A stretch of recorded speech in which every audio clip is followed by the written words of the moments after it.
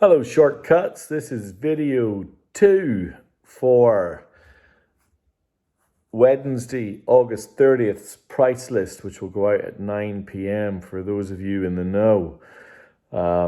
This is a dance, pop, country, psychedelia, and rock list. Yep, that's what it is. And so I think this is one of the most diverse lists I've ever had. So let's get into it. This will be interesting.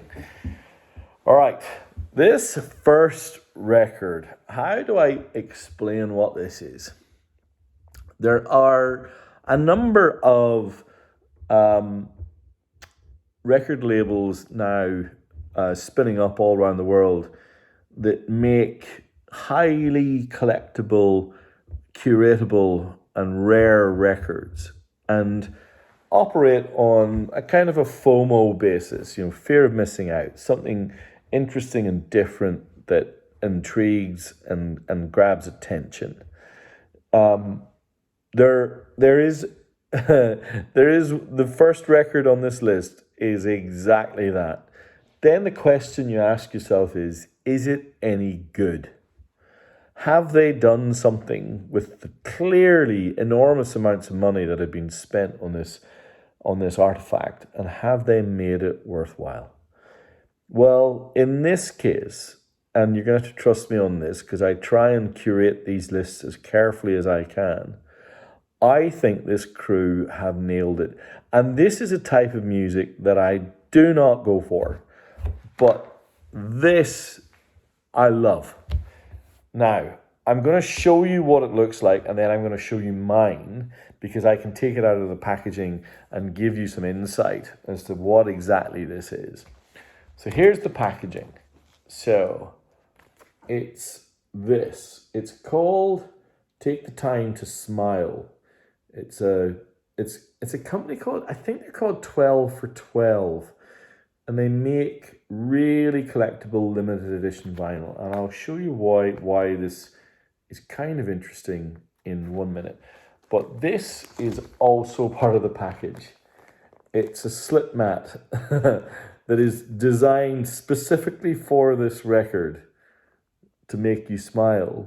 And look at that. Isn't it wonderful? All right, now I'm going to take this out of the packaging to show you a little bit more about what this is and why it's completely tickled me. All right, here we go. So firstly, the packaging, the kind of polystyrene packet, the packaging it sits in is its own kind of piece of art. It says, "Take the time to smile" on the back side, and you can see the logo that's part of it. It's quite high quality, as you might expect.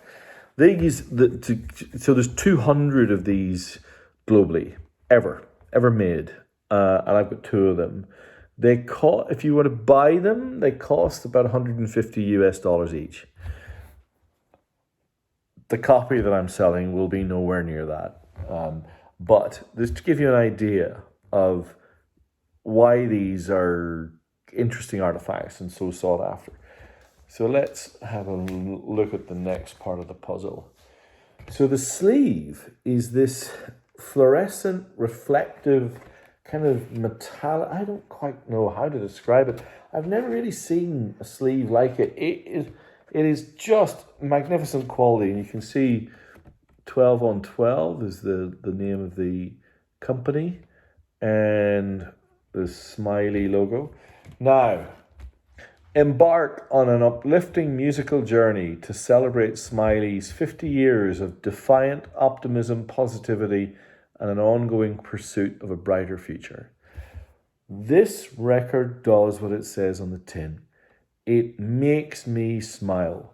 All right, who's on here? So the opening track is called Silver Screen Shower Scene, performed by David Guetta, Felix the House Cat, and Miss Kitten. You've got Diplo, you've got Big Wild, you've got Deep Chills. This is being specifically curated. It's kind of like a smile-inducing journey through dance. Now, let's have a look at the next piece. So you get the track list. You can see it there, like I've been describing. A little bit more detail. Music created by Claudia Moros for Smiley's 50th anniversary, created by 12 on 12, produced by My Love Affair. Now, will you see what it looks like?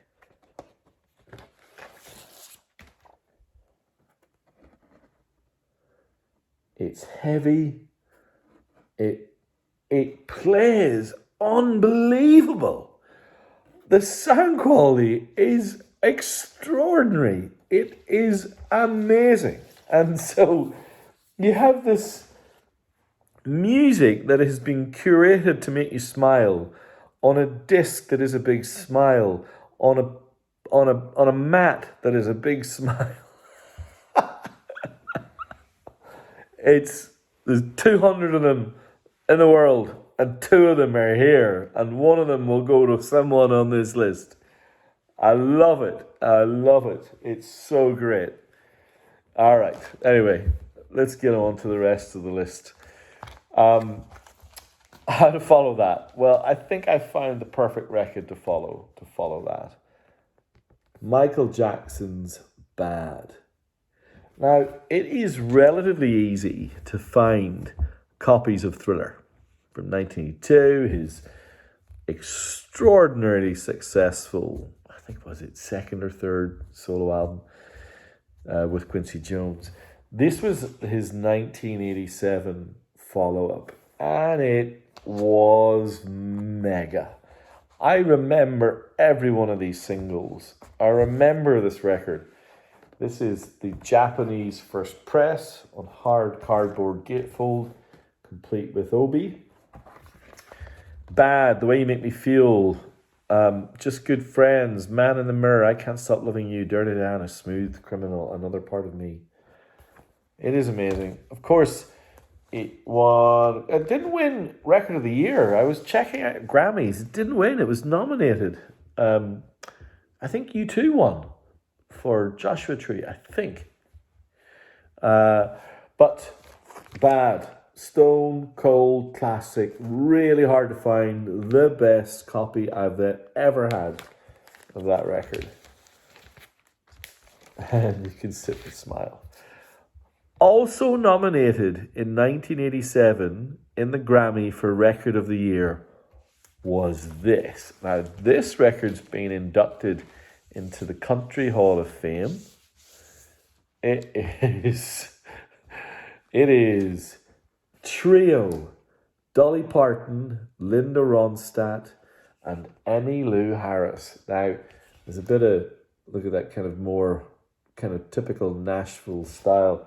And then on the back, you've got this kind of old, homey, kind of home style view. I always thought this guitar should have been a banjo. I think it would be more appropriate to that photograph. It sounds delightful, but there's more. The insert is just brilliant. Look at that. I don't know exactly what this is trying to be. Recorded at the Complex, West Los Angeles.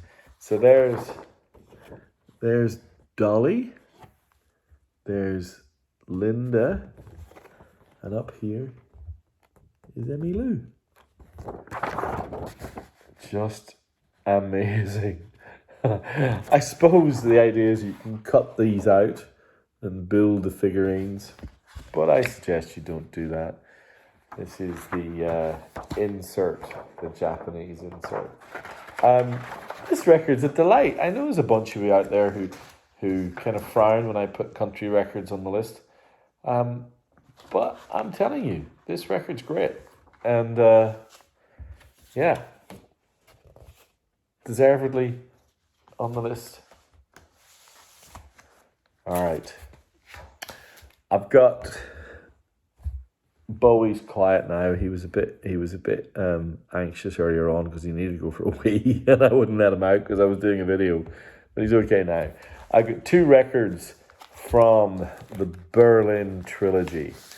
I don't have Heroes, but I have a lovely, really nice copy of Low, and still in the shrink wrap, and rather unloved compared to Low and Heroes, we have Lodger, still in the shrink.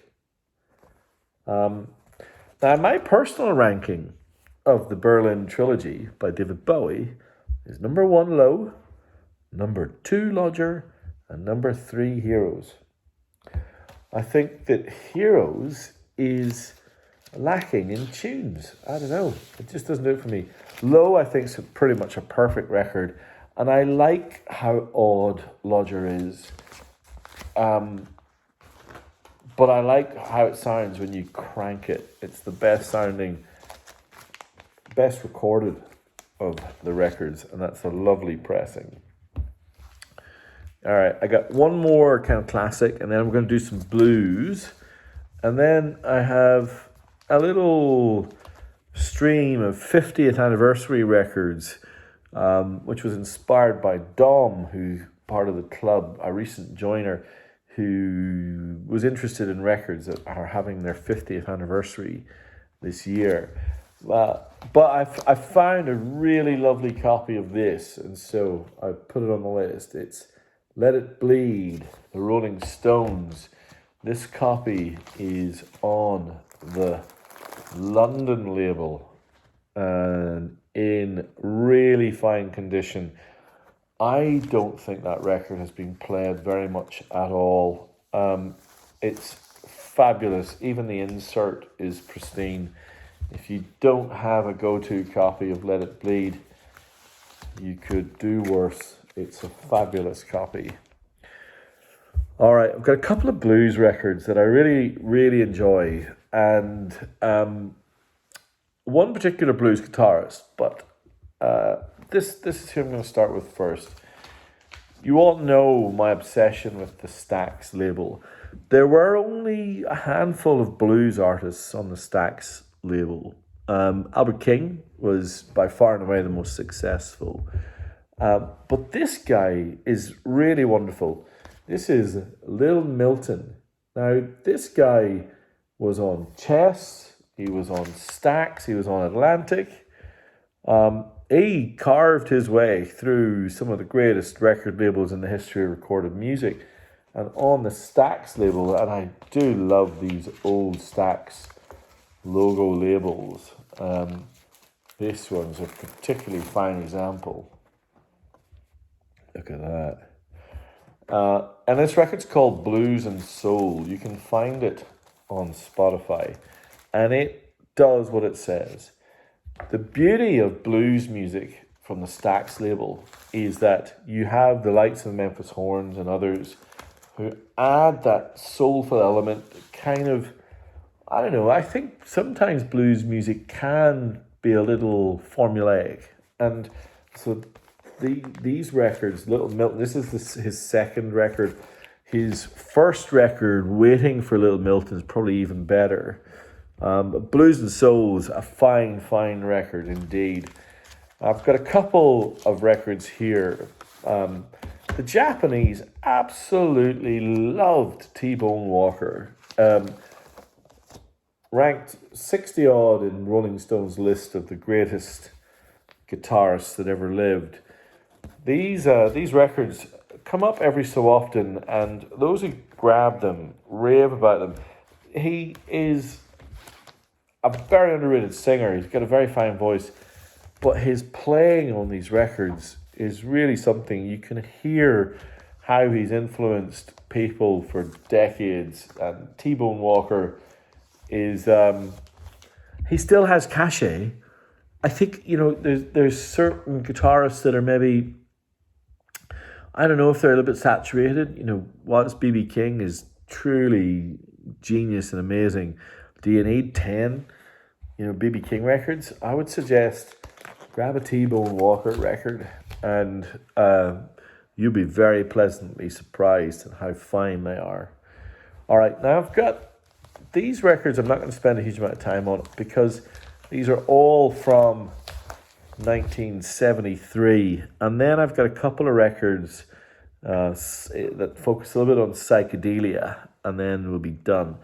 These 50th, it's 1973. What a what a year. And it featured these five, and I'm just going to throw them out because they're rather wonderful. This is a very nice UK pressing of 1973's Selling England by the Pound. Peter Gabriel, of course, leading the charge. One of the great prog records. It really is. There was also this, Sabbath, Bloody Sabbath, 1973, which would have been their fifth record. And this is a Dutch pressing, and it is really, really good.